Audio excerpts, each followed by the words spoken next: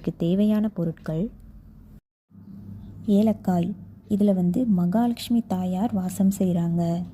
மகாவிஷ்ணுவுக்கு உகந்ததாகவும் இருக்குது. ஒரு பேப்பர் எடுத்துக்கோங்க. கோடு போட்ட பேப்பர், கோடு போடாதது எதாக இருந்தாலும் பரவாயில்ல.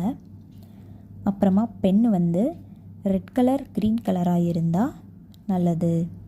இல்லை 2 கலரும் இல்லை, ப்ளூ கலர் இருக்குது அப்படின்னா அதுவும் நீங்கள் பயன்படுத்திக்கலாம்.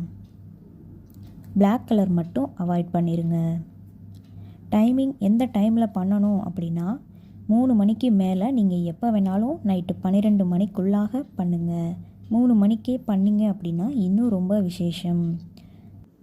ஓகே, இந்த பரிகாரம் இப்போது எப்படி பண்ணலான்னு பார்க்கலாம். முகம் கை கால்லாம் கழுவிட்டு ஒரு அமைதியான இடத்துல உட்காந்துக்கோங்க.